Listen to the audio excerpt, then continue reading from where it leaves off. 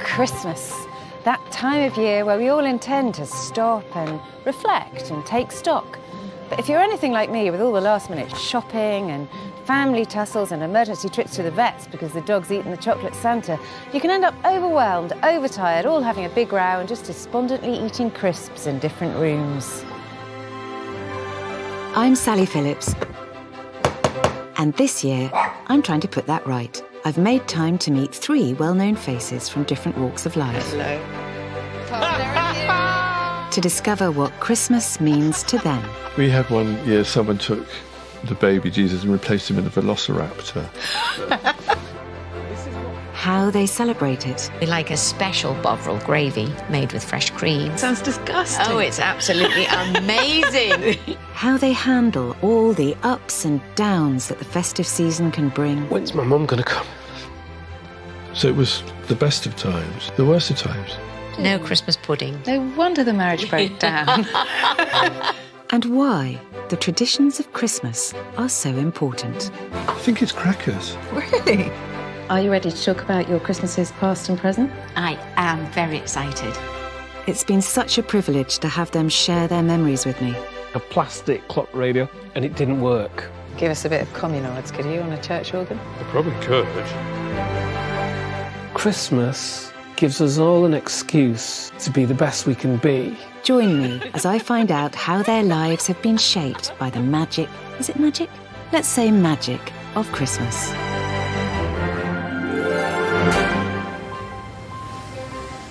Most people know Richard Coles as a clergyman. He's been called the atheist's favourite vicar, but he's also one of my absolute favourite people. Sing choirs of angels. He's a prolific broadcaster, Leeds Coles. The Holly and the Ivy. a successful novelist. He claims to be the only member of the clergy to have been spray-tanned in the same room as Debbie McGee. He's also, most definitely, the only member of the clergy to have a UK #1 single. Which one was it? It was Don't Leave Me This Leave Way. Me It was like Hello. biggest selling single of 1986. Yeah, all right. Don't brag. That's all right. Some time ago now. How are you? All the better for seeing you. Excellent. What do you want to do? I want to talk about Christmas. To discover what Christmas means to Richard, we've come to the place where he had a powerful experience that changed his relationship with faith forever. St Alban the Martyr in Holborn, London. So this is obviously, you know, very important church to you. Oh, gosh, yeah. You became a Christian Yeah. in this church. Yes. And There. is- Do you want to go there? Yeah, I want to see the spot. See it, see. So do you remember your first Christmas here? Or not really? I remember the Advent, funnily Yes. enough. I always like the preparation it's like the foreplay rather than the main event in a way. So I was sitting here and watching what was happening up there. Yeah. Not a clue about what was going on. Music was happening from there, like voices of heaven. Yeah. Incense was rising. I remember the morning sun came through and... It was a morning service. Yeah, and it caught the incense rising. I can feel myself being quite emotional about it now, funny enough. And a bell rang, and it just... That thing about my chains fell off, you know? Yes. Yeah. Didn't know what was happening. And then I looked at this, and I saw Christ with the arms outstretched. And that was it. And I heard my name, and I said, yes. And that was that. My life was different from then on. And did you feel... I felt that I could breathe, that I had constricted breathing or COPD or something, and all of a sudden I could breathe again. I cried and cried and cried and cried. Nobody made a fuss of me, which was really good, although I did kind of want to, hello. Because it happens. People connect with the grace and the mystery of God in places like this. Happens all the time. Yeah. And you felt that too, I'm sure. Yeah. It happened to me in Hammersmith Shopping Centre. How wonderful. Which is hilariously called the King's Mall, like outside Boots. But I wanted to know more about Richard's childhood Christmases and the roots of his faith. Born in 1962, he grew up just outside Kettering in a traditional Christian household and was one of 3 boys. See if you can guess which one is him. Here you are, Yes, Andy and William. Andy and William. And look at that boofy hairdo. I mean, there's an awful lot. I mean, no one's 70s hairdos were good, were they? No, I suppose I didn't quite... I was of an age I didn't quite know that yet. I got broken teeth, that's right. Yeah, you had an accident, didn't you? I was playing trampolines and bang, hit my mouth on the thing. So let's talk about Christmas as a child. My childhood? What were your childhood Christmases like? Incredibly acquisitive. Really, I was only interested in presents. I mean, we were always kind of boiling with acquisitiveness. So we had a stocking at the end of our bed, and Father Christmas would come and fill the stocking, and then I would normally wake at about 4.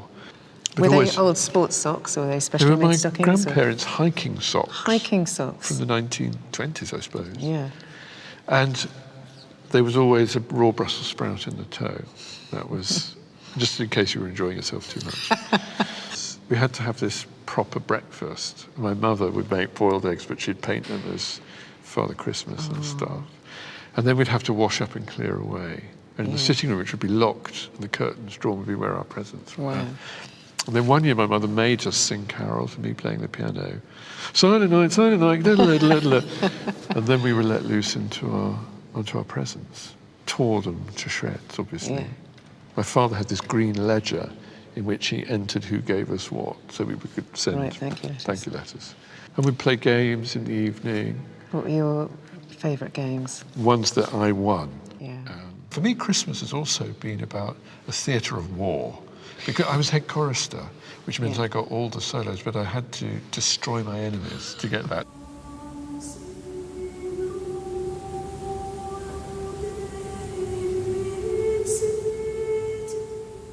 What is chorister war like? Who gets the solo? Who gets to sing the first verse? And is it who can go higher or sound purer? Who sounds purer? Who sounds purer? So did you used to gargle? I mean, how would you prepare for this war of purity? Just by consistently maintaining a high standard. And then as we approached who's going to sing Once in Royal David City, the processional carol. Yeah. And of course it's time critical because your voice, you get to head chorister not long before your voice breaks and it's game over. So you have to time your ruthlessness quite carefully. Did you consciously do that? I destroyed the opposition, Yeah. And I was a very show-offy, attention-seeking child. And You describe- remain one. You're very close to your mum, Yeah. and you have the best coming out story of all time. Yes. Well, I think it was the best one, but so my mum, I wanted to tell my mother, I was 16. Yeah. It was 1978. Not perhaps the best news. So I played her Sing If You're Glad to Be Gay by the Tom Robinson Band 5 times in a row, and in the end she said, "Are you trying to tell me something, darling?" And I said, "Yes." And she said, "What?" And I said, she said, "Do you think you might be gay?" And I said, "I know I am." Yeah. And that was that. So do you remember your first Christmas after coming out? Did it change Christmases? I never felt that got in the way of anything, actually. It was never... I mean, it was just a problem in the sense that the world was not quite so happy about it as I was, but I never felt it was certainly no obstruction to my relationship with God, but I didn't have any relationship with God then. Sing if you're glad to be gay. Sing if you're happy that way. Hey, sing if you're glad It's to from be the gay. original church. After coming out, Richard really struggled in 70s Kettering, so he upped sticks to London to try and find himself. Now, this is a very lovely church, but they had a service on, so they kicked us out. Outrageous. So you came to London, you started to Be professionally gay. Hugely I remember my professionally. friends very of mine committedly starting to gay. do that as well.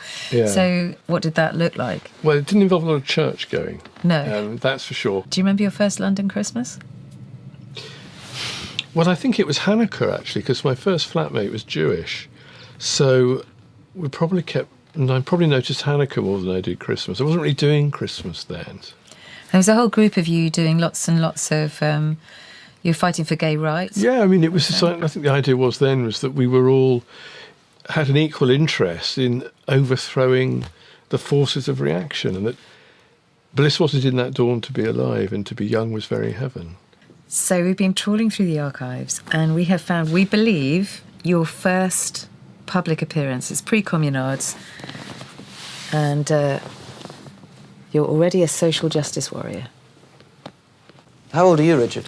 Well, I'm 20, and that means that as the law stands, I find myself branded as a criminal merely for sleeping with the people I want to sleep with and who want to sleep with me. I don't see why I should be told, who I can sleep with and when. I feel I'm quite capable of deciding that for myself. I just think it's outrageous.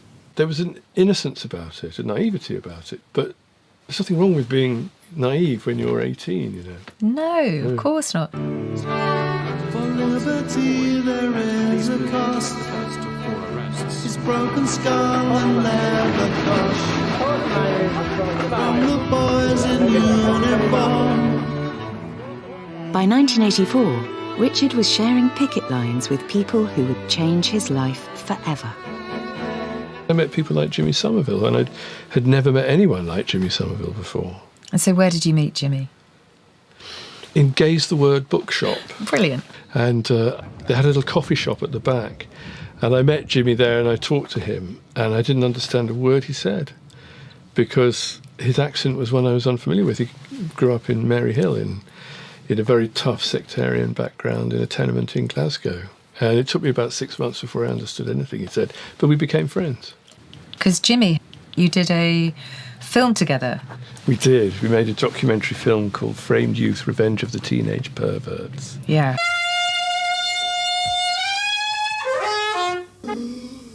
My, Richard. And all the proceeds will be going to charity. What charity? Lesbian Line and London Gay Switchboard. And why are they important, Richard? Because they help all the lonely and isolated gay people out there in Straitsville. And that won everything on Channel 4. Well, it won the Grierson Award for the Yes. best documentary of the year. Yeah. And it was when Jimmy and I first did music together. My father, my action man, my hiding in the crowd, my hero, my schoolboys, my physical abuse. And that's when he first sang. Yeah. And he's... You were all astonished that this incredible voice came out of this. Yeah, this gruff Glaswegian. All of a sudden Yeah. this voice came that was so beautiful and so powerful and so vulnerable.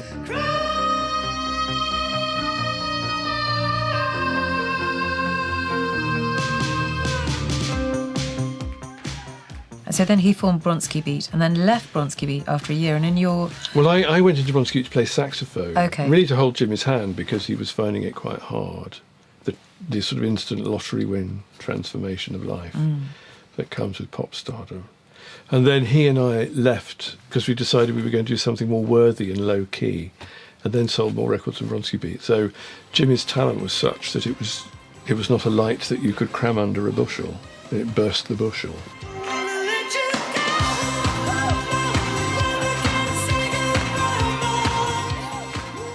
So what was a communard's Christmas like? Do you remember any? Yes, I do. Well, we were always really busy because we were successful almost straight away. So we'd have this big tour and it would always finish at Christmas. We had a Christmas in New York together. We did a band Christmas in New York. We were living in a little rented flat on 2nd Avenue. And we both invited people for Christmas but forgot to tell each other. So we had, I think it was 17 for Christmas in a 2-bedroom apartment. And we had so much fun. And that was wonderful. And then none of us were religious at all, but we did all the Christmas things. We had something to eat. We had a Christmas quiz. We all bought each other presents from the 99-cent store. But the only thing they had really was Lee press-on nails. So we all bought ourselves Lee press-on nails. And I remember we just all had big red nails for Christmas. And we nicked a Christmas tree from the lobby of a posh building. I remember that. So full of absurd joy, which is not so far from the true message of Christmas. Yeah, I and we guess. were a bunch of completely random people, randomly in New York, being together. Do you think being in the communards, what did that do for your sense of who you were in the world? Well, of course, I always wanted to be famous when I was a kid, and then all of a sudden I was in a famous pop band. Put your hands together and please welcome the Communards.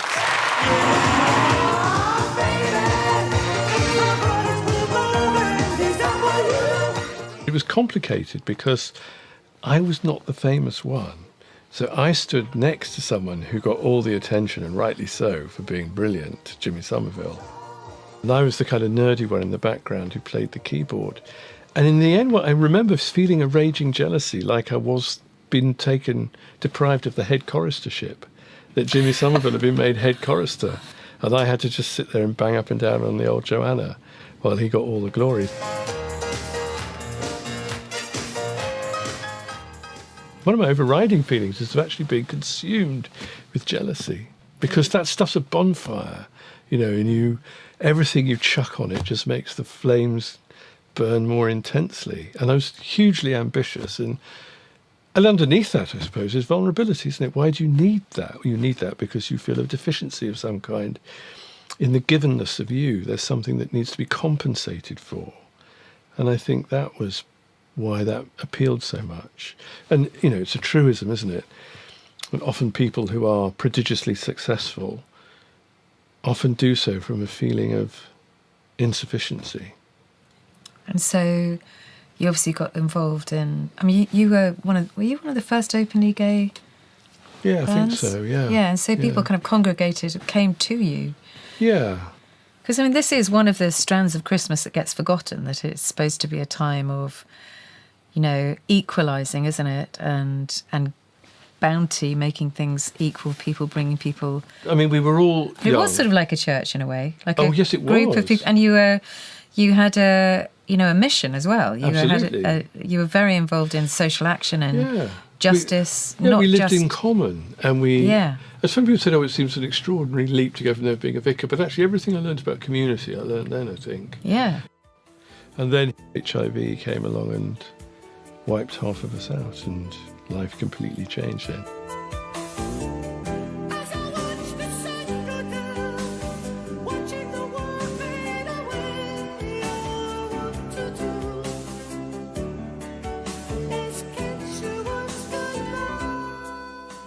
So you brought it up, the HIV. I mean, you were right in the heart of a community that had no idea this medieval plague was going to tear through it and wipe. Yeah. I remember I used to cross people off in my address book in this slightly melodramatic kind of way, and I stopped doing it after a while because it was too awful. It was dreadful. And it was at the height of our success, so it was the best of times, the worst of times. Nothing we could do about it. Nothing that medical science could do. Nothing our success or material resources could do. And you just had these wonderful people who were in their 20s and just setting out in life, laid waste by this dreadful disease. And it was devastating, really devastating. I only talk about it now, really. A group of friends of mine, we all went through it together. And now, 35 years later, we talk about it, but we've never talked about it before. You just have to get through it at the time. So you do what you have to do to get through it because it's so awful. And it's only years later that you look back and you begin to reflect on the experience. Being forced to think about death a lot, do you think that hastened the end of your pop career? Oh, no. I mean, I was always going to have a short pop career because I never particularly wanted to do it. And so we decided to have a break, 35 years now. The other thing that happened with AIDS, of course, is that it was a gift to those people who were very reluctant to accept the equal dignity of gay people. So it was like the answer to an evil prayer. It was the wages of sin. It was the judgment of God on a disobedient generation. So we had to really fight that and so it just refocused our activism about how can we do what we can to protect people who are suffering this. Let me bring in Richard Coles from the Communards. Now, you've done quite a brave thing, I think. What are you doing in the community to help? Specifically, it ties in with what the last caller was asking about. And we've become involved and working quite heavily with the Lighthouse Project, which is a London-based hospice project to provide 26 beds for people with AIDS. We were involved with starting the London Lighthouse, which was the first dedicated facility for people with AIDS and HIV, and we funded one of the jobs there. And that, more than anything, got me thinking about... I wasn't thinking about religion. I remembered how I felt when I was a boy in chapel, and it was a feeling of serenity, a feeling that there was stuff that was here that couldn't be anywhere else and was distinctive. And I felt at peace in it, and I wanted that. Oh, I wanted it so badly. And I wanted to connect with how I'd felt when I was a boy. And that's what really got me to the threshold of the church, to the church door, in fact.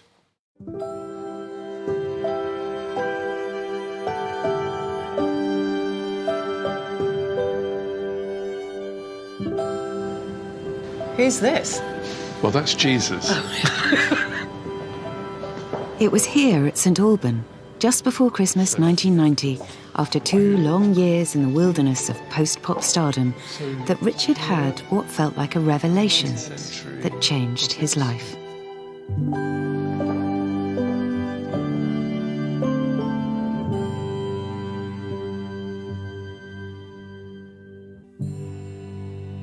I remember coming in for the first time, and I just stepped away from the second summer of love in Ibiza, and I walked in and I thought I'd just stepped away from something like this kind of day-glow glory.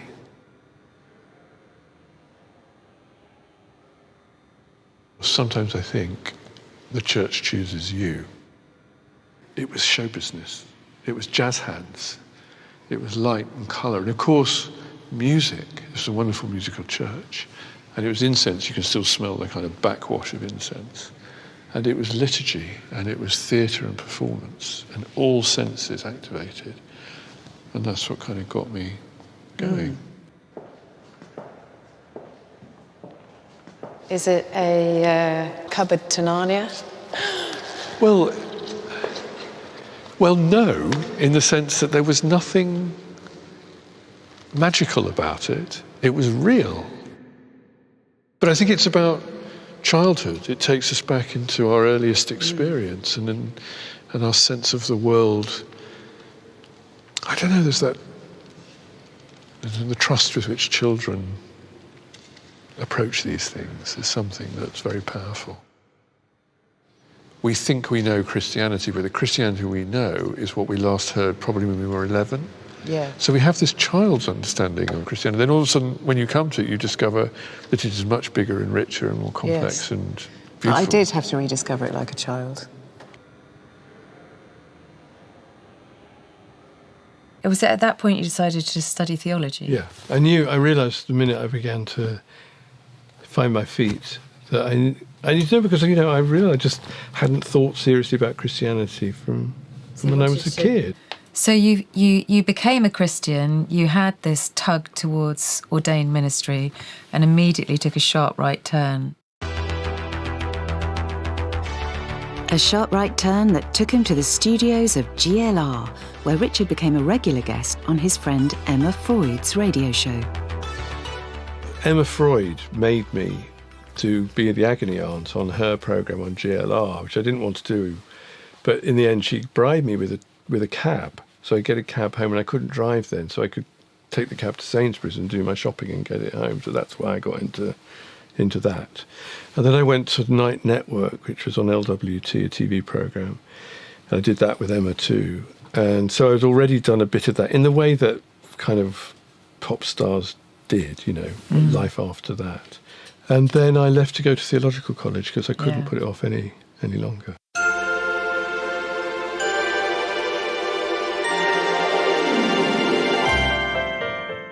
So we have some digital Christmas messages for you, but because you are very wise, I think, people have also got some questions for you. So the first one is from the very lovely TV vicar Kate Botley. Okay. Hello, Richard. I text you usually on Christmas Day, and you always seem to be watching The Sound of Music with a whiskey in your hand. Anyway, I was wondering, what is the best thing about being a vicar at Christmas? Well, thank you very much. Happy Christmas to you, Kate. The best thing about Christmas for a vicar, some would say, is when it finishes, and so you get, the rest of the day to yourself. But I would for me, it would be presiding at midnight mass, actually. And it's that bit where we would come in and I'd get one of the kids who'd been allowed to stay up late to bring the little Christ Bambino and then place it in the crib on midnight on Christmas Eve, and then we bless the crib. And then I loved the way Because everyone would come, and we'd get like 300 people would come. And it'd be all the people who you'd married or you might have buried their parents, and you'd not see them at church very regularly, but they would all come and they would all receive communion. And it was lovely. And everyone would be a bit drunk. Yeah. Belting out the descants. Yeah. And it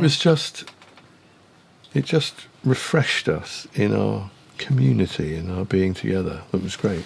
Yeah. Not preaching to the choir. No. No. My kids always used to nick the baby Jesus out of the crib. Right. And that used to really spiritually depress me, that, you know, we had a nativity but no Jesus, because they would go and play with him. Yeah. And so one year I tried to make a new baby Jesus out of Fimo, sort of modelling clay that you bake in the oven. And I baked it for too long and I burnt the baby Jesus, and my spiritual torment was complete. It was awful. You burnt the baby Jesus. We had one year someone took the baby Jesus and replaced him with a velociraptor, which was interesting.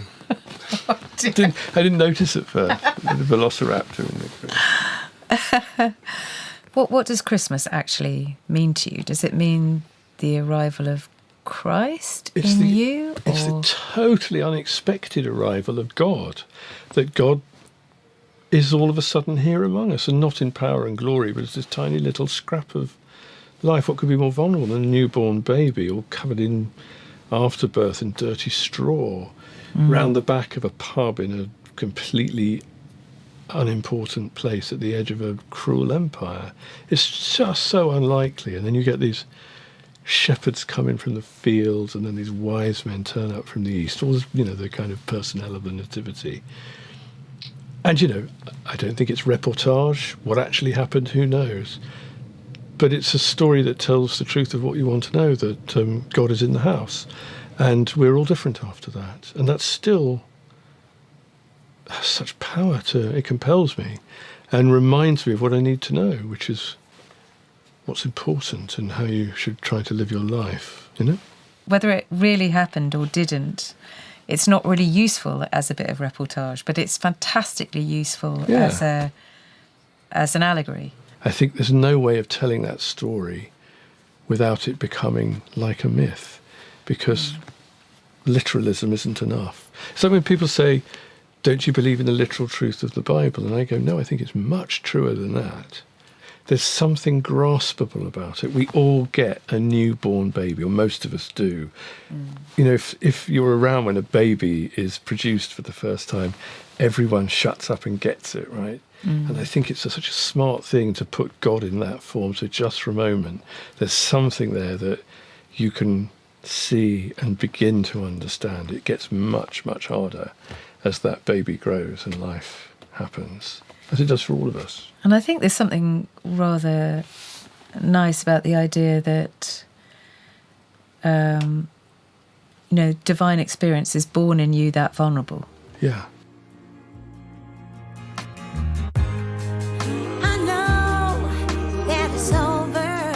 While he was at theological college, Richard was introduced to the author Helen Fielding and became part of a crowd that inadvertently shaped a cultural moment for singletons everywhere. So Bridget Jones, Tom in Bridget Jones is based on you. Yeah. Do you know what? I feel like I'm friends with actually your gang. Well, yeah. Even I don't know, it's just one of those films that's got under my skin being in it. To Bridget, who cannot cook, but who we love. As you can see from this scene, Tom, the character based on Richard, is brilliantly played by James Callis, who nails Richard's wit and positivity. I realise now one of the reasons why I fell in with that gang, Helen Fielding. yes, and her social world, was that because they were not gay and they weren't going to die of AIDS. Oh, and I think, I didn't consciously think it, but I think now I started looking for people who weren't going to die and who had kids, so I could be like Godfather. And Helen and I, I love Helen so much. We've always been very close. And is she like Bridget? Yeah, she is, actually. She's very like Bridget.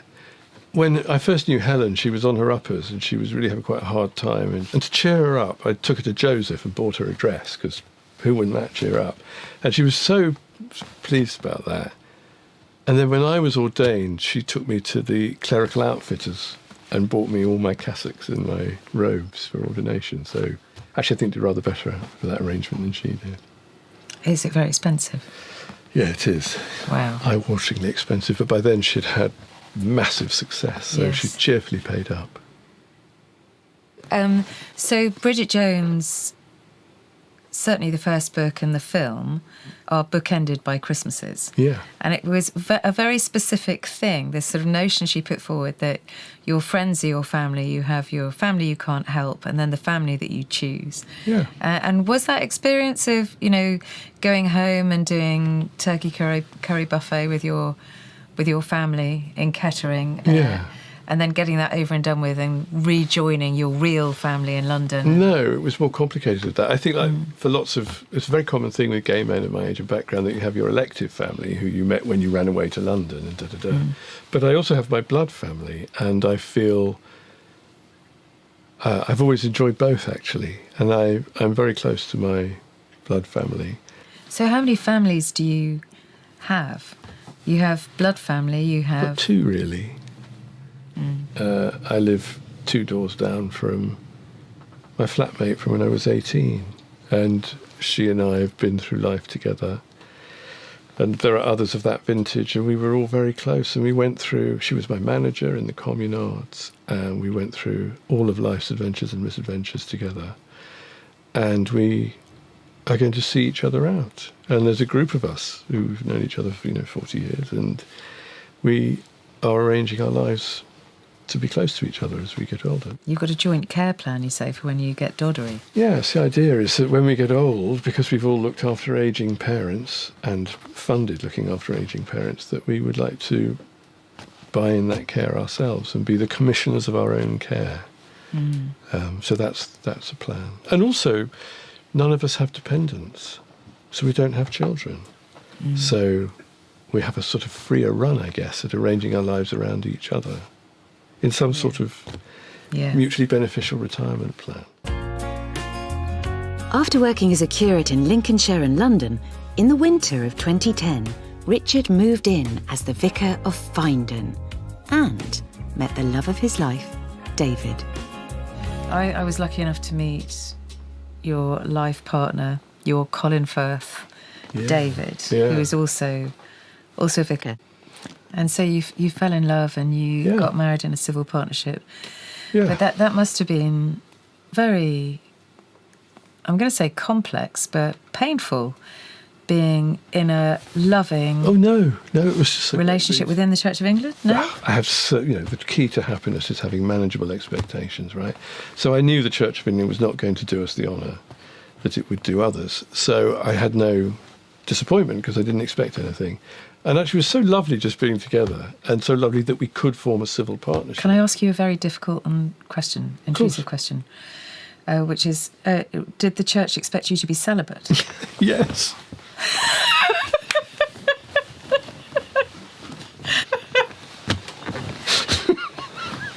Yes, it did. What are the disciplinary procedures? I don't know. I've said my bishop... Were you ever disciplined Well, by my bishop bishops? never asked that question. Never asked that question? Because, why is it such a mad question to ask anybody? He wouldn't be that... Well, I've just asked it to you. No, but you're not my bishop. And it would have been his problem, if you see what I mean. So he never asked. So I suppose if he had asked you and got an affirmative answer, then... I wouldn't have... I mean, when put on the spot, we observe a relationship, we didn't. No, of course we didn't. But I would lie about it if I had to, yeah, because I wanted to... It was a necessary lie, actually, to do what we wanted to do. And also, I knew it was absurd. I didn't feel that it cost me anything morally because I was caught in a situation which was not just. Yeah. God, I knew, did not. God delighted in my relationship with David. I'm absolutely certain of that. And if the church struggled with it, well, that was the church's problem. Yeah. And I had to keep the two things separate. So I did what I had to do in order to maintain my viability within the system. And I always lived in the hope that we would move towards a more inclusive reality. And I think we are. Sometimes it feels like 3 steps backwards and 2 forwards. But I think we're moving towards it now. I hope we are. So one of the reasons why I've wanted to, have been very sort of public about it was I don't think this is a guilty, dark secret that should be concealed. I think we are alike in dignity with everybody else, and we should be treated accordingly. I think that would be godly, actually. But I know that lots of people don't think that, and they do that not because they're mean or because they're thick. They do it because they are standing in a tradition which for a long time has been inimical to it, and it's a struggle. And if you read the Bible in a certain way, and if you accept the authority of the church in a certain way, that's not something that can be unpicked or undone easily, if at all. I get it, I really do. So you spent one memorable Christmas doing it the Strictly way. That's true. How was that? It was fascinating. It's Diane! In 2017, Richard took on a new challenge and found time to juggle his duties as an ordained vicar with a turn on the Strictly dance floor. I'm ecstatic, hallelujah! Hallelujah. Oh my God. You both look very, very... It was slightly awkward because I thought I'd be good at it. And I found out simultaneously with 10 million innocent bystanders that I wasn't very good at it at all.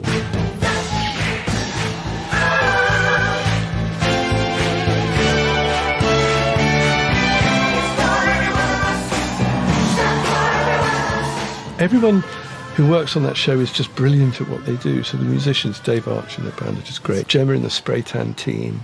How was it getting spray tanned with Debbie McGee? I loved it. I loved it. That day, I remember I was having a cup of tea with the vicar in Uppingham a while ago, and a lady walked past, and she'd obviously been somewhere hot, and he said, oh, she's been on her holidays. And I said, that, my friend, is a Venetian double dark, because I can spot a spray tan now. And I loved all that. The showbiz was fascinating. And so was that a kind of another parish? Seems like you've gone through life with all these different parishes. It was so much fun. We welcome Diane, my unfortunate partner. Oh, I'm so proud of Richard. And I wonder if you would do me the great honour of this dance. Opposites attract, what a perfect match. He got up there and he did really well. Is there anything I need to know about Richard? Keep away from the pork pies and sausage rolls. He's partial to the odd glass of whiskey. Okay. Well, I'm just praying that the judges will be as merciful as the ladies of St Mary's Findon on Saturday night. It was like being a kid and playing, but with really, really good toys and lots of fun people to play with. And so, well, I mean, Strictly has really become part of a British Christmas, hasn't it? We're a nation that's very, very serious about our telly. Yeah, Strictly is Christmas, really, isn't it? Strictly is becoming Christmas. How do you feel about that? Well, I think it's probably I think it's interesting, in fact, that, it's about light in darkness. It's about strangers coming together and forming a community, and something new that is born to die, like my Paso Doble. But I didn't mind. I had such a lovely time. I enjoyed it so much. It was so much fun. And just even not being able to do it and having to go and dance in front of people when you can't do it, I liked all that. It's only a horrible thing is getting booted off. Yeah, that must which be is brutal, horrendous. actually. It's horrible. Simon and Karen, I have to say number one. That means we are going to have to say goodbye to the Reverend Richard and Diane. So you're having this great time and you got to know people really well. Yeah. And they were really good fun. And then you're booted off. And they give you a bunch of flowers and you're in the back of a cab and you're home. And it's like being sent home from a party when you're a kid because you'd wet yourself or something. And your mum came to pick you up and you just wave sadly at all your friends.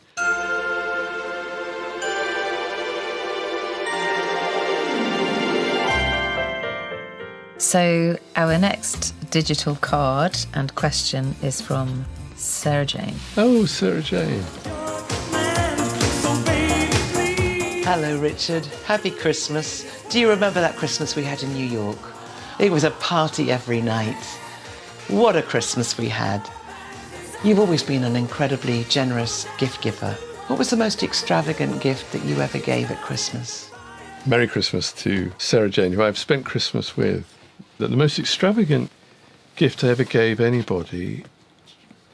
I know the most reckless gift I ever gave David was a chainsaw for Christmas.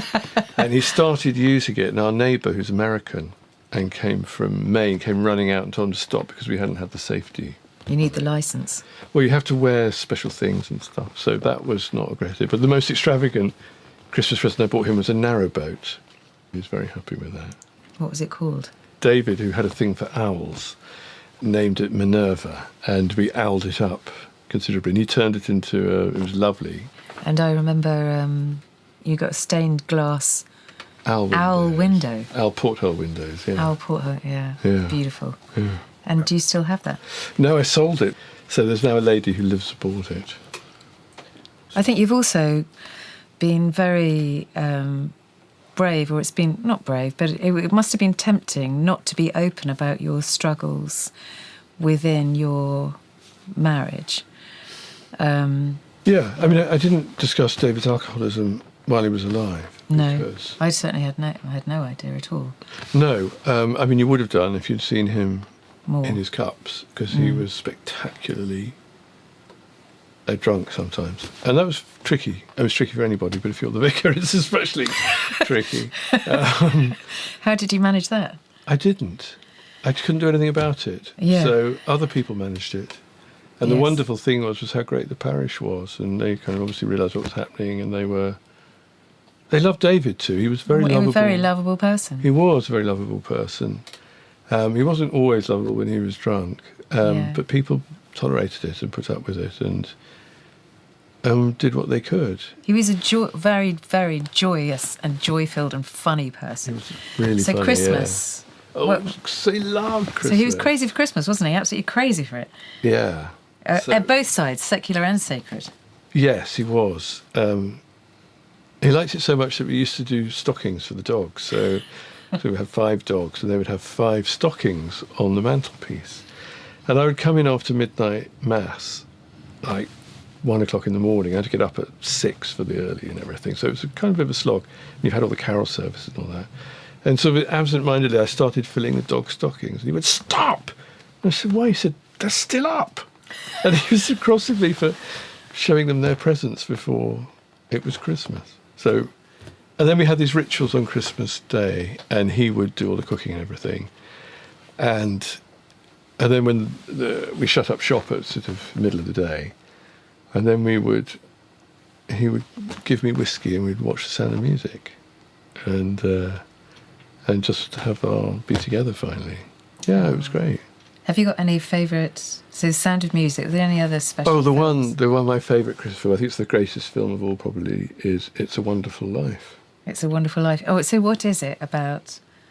It's that about film that touches you so much. It's about how things can go well and how things can go badly, and how the choices we make affect not just us but others too, and how if you make the right choices, wonderful things happen. If you make the wrong choices, terrible things happen. But you can make the right choices. A toast to my big brother George, the richest man in town.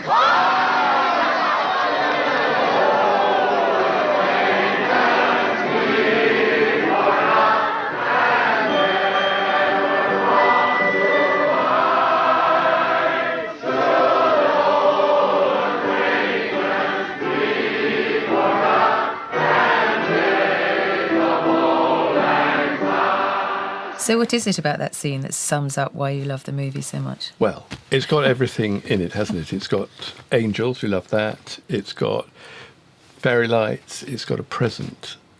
But most of all, it's this, I think why Christmas is so powerful, is that it enables us to be what we most want to be, that you can choose to come together and to support each other and to love each other and to stand together and fight another day. I think that's what I love about it. It's where heaven and earth, it's perfect image of the incarnation, is it, where heaven and earth come together. And I think a good Christmas is when heaven and earth come together. It can feel like the opposite, but it's great when it happens. It's a great inscription, isn't it? No man is a failure who has friends. Yeah. Do you believe in angels? Oh, God, yeah. Something good in everything you see? Aber angels. Aber angels. No, you I do think believe in angels. You believe angels walk the earth? Oh, yeah.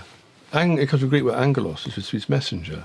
I think there are people walking the earth who give you tell you what you need to know and point you where you need to go.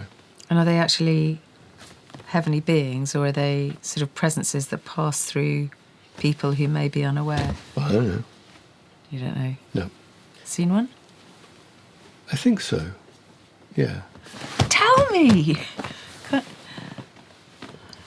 Well, it's not me, actually. It was somebody I talked to, and he this is back in the 80s, and he was diagnosed with HIV, and he was devastated by that, and he got drunk, and he went out in the car, and he crashed the car. He didn't hurt anybody else, but he was really damaged, and there was a flash of lights, blue lights, so he was, thinking that he was about to be harshly treated, and deservedly so, for being a drunk driver.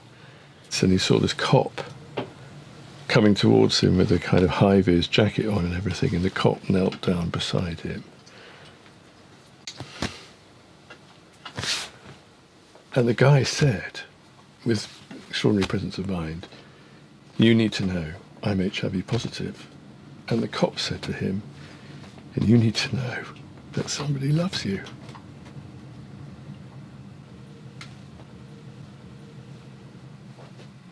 True story. And then what happened? Did the cops stay there?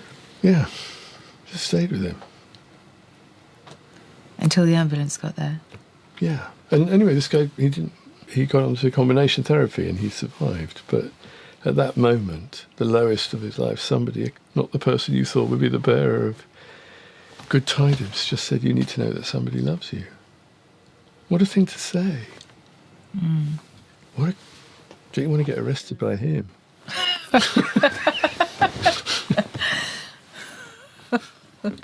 And so you and David together built this beautiful, from social media, it seemed like an absolute idyll. Yeah, it was more complicated than that. Of course it was more complicated than that. And then David died. He died just before Christmas, yeah. Just before in Christmas, between his birthday and Christmas, yeah. And, I knew he wasn't going to make old bones because alcoholics don't. And although his drinking changed, he didn't get crazy drunk. He was still drinking because he couldn't manage without it. And his liver gave up. And he died of the things that alcoholics die of, chronic decompensated alcoholic liver disease. He was 43. And he had a crisis, and he went to hospital, but we'd been there before so many times. It wasn't something that was... But he didn't come out. And so I found myself at 57, I think I was then. A widower, yeah, without him in the world. I kept going home, and his dressing gown was hung on the bottom of the banisters. And if I caught it out the corner of my eye, I thought it was him. And I couldn't move it because for that split second of thinking it was him, I kept it just for that, really. And then I gradually got used to every day, another 24 hours of David not being a physical presence in the world. And eventually you either, what are you going to do? You're going to be Miss Havisham, or you're going to live the rest of your life. And I didn't want to be Miss Havisham. So I remember his mum said to me, she said, "Richard, you must move forward. You must, if you want to meet someone, you go and meet someone." Is what David would have wanted. And I said, David would have hated that. He'd love me to be Miss Havisham.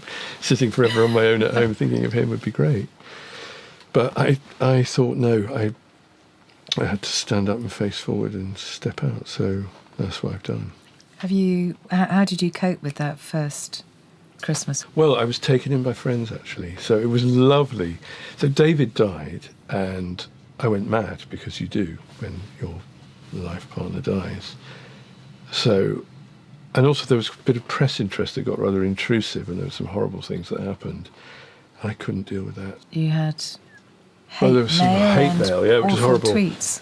Journalists came and knocked on people's doors, and one contacted the undertaker and said they were relatives of David, they'd like to see his body. So it was that sort of thing. That's awful. And the police were involved, and I can't deal with this. But I'd become friendly with Charles Spencer, and Charles and Karen said, "Come to us at Althorpe." So they lived behind a wall and a fence and a gate. So they said, "You'll be safe here. You can come and go as you want." So I spent Christmas with them, and they were just lovely. And of course, nobody knows better what a traumatic public bereavement is like than Charles Spencer. And they were just wonderful. So I Christmas with them, and it was like it was like Downton Abbey Christmas. It was sort of splendid and lovely, and it was also terrible, and I was all over the place. But you learn a new form of knowledge when you lose the love of your life, and it's one of those things that changes you, actually. And once you're in that club that you don't want to be part of, you look at the world differently. It was really interesting that with the hate mail you got after David died, the general public seemed much angrier about it than you. Yeah. Which is probably a sign of your spiritual growth, is it? That you have developed that patience. It was the bad thing had happened. David had died and nothing else touched me. It was just like shouting at night from 2 streets away, you know. It just didn't touch me at all.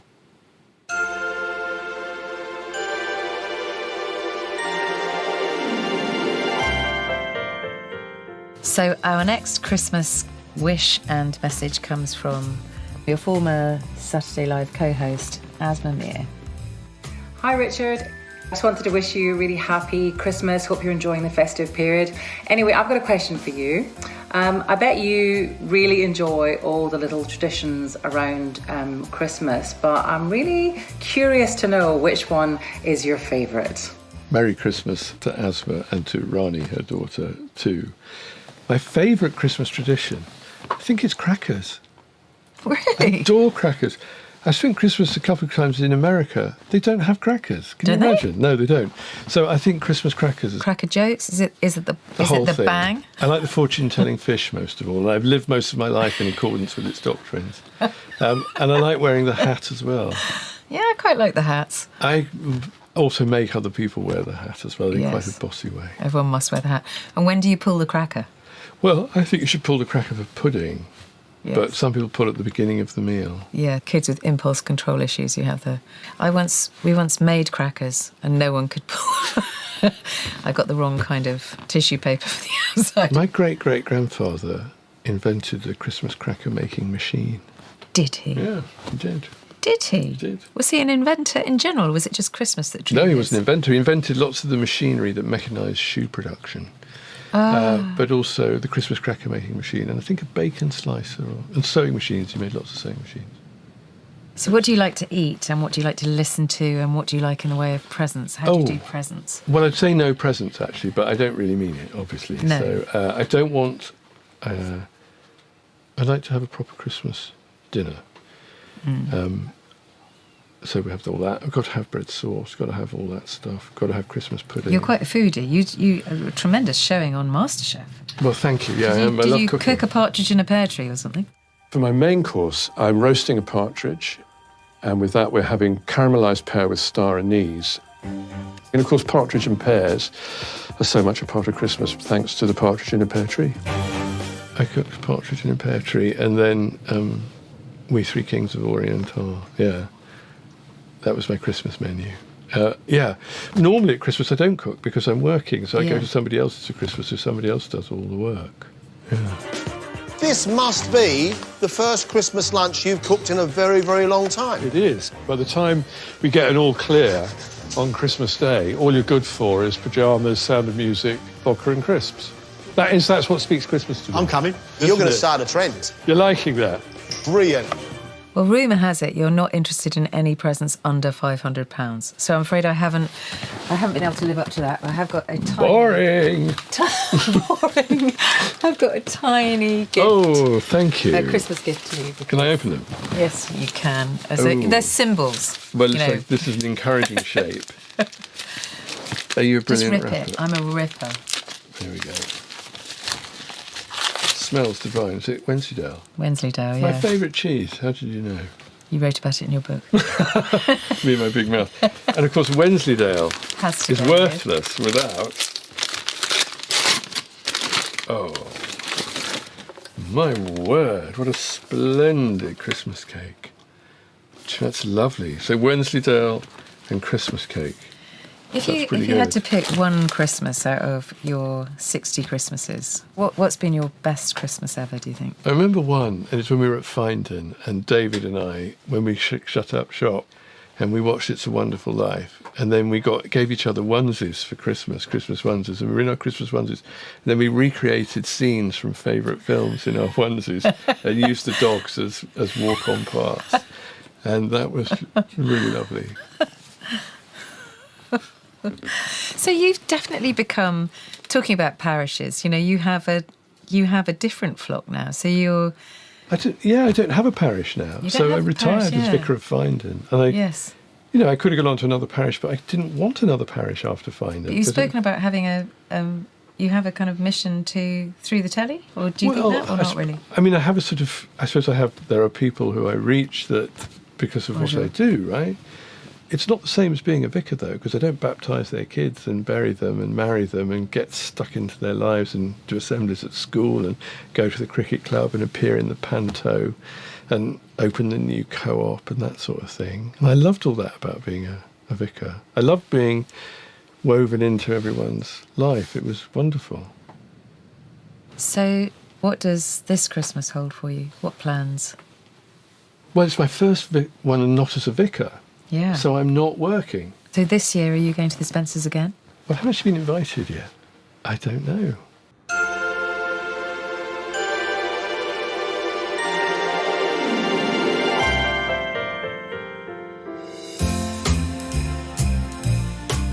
Richard is so smart and wise and funny and kind. I could talk to him for the rest of my life and not get bored. There was another service starting, but there was still time for a little bit of this. It's a wonderful thing. And you're self-taught? Well, not really. I mean, I was just not very good, so... Oh.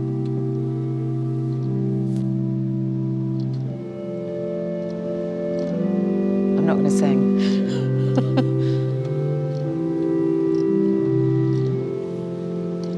But I really want to.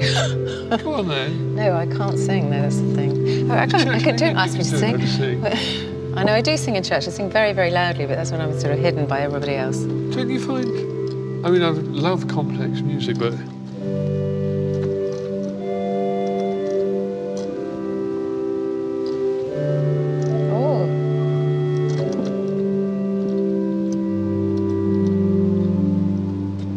I was in the school choir and I was also quite competitive. And then in a girls' school, there was a race for who could sing lowest. So I was bass. I sang bass in my school choir. So you've got all these lovely pistons. It's amazing. You couldn't... What? You couldn't give us a bit of communards, could you, on a church organ? I probably could, if I can remember. It's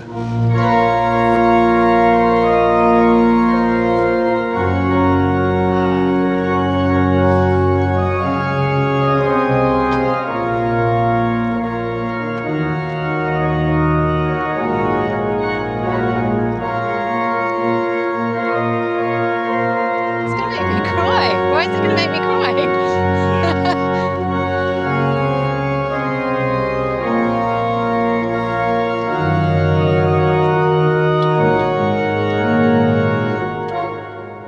Such an anthem for our generation.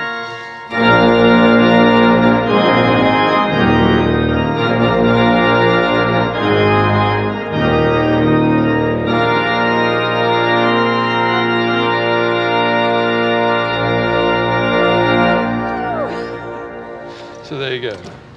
Thank you, Rev. Pleasure. Thank you so much for spending the day with me. It was a genuine and total pleasure. You were really kind. I loved it. It was really good fun. You do it again? I'd love that. Okay. I would love that. Happy Christmas. Happy Christmas to you too.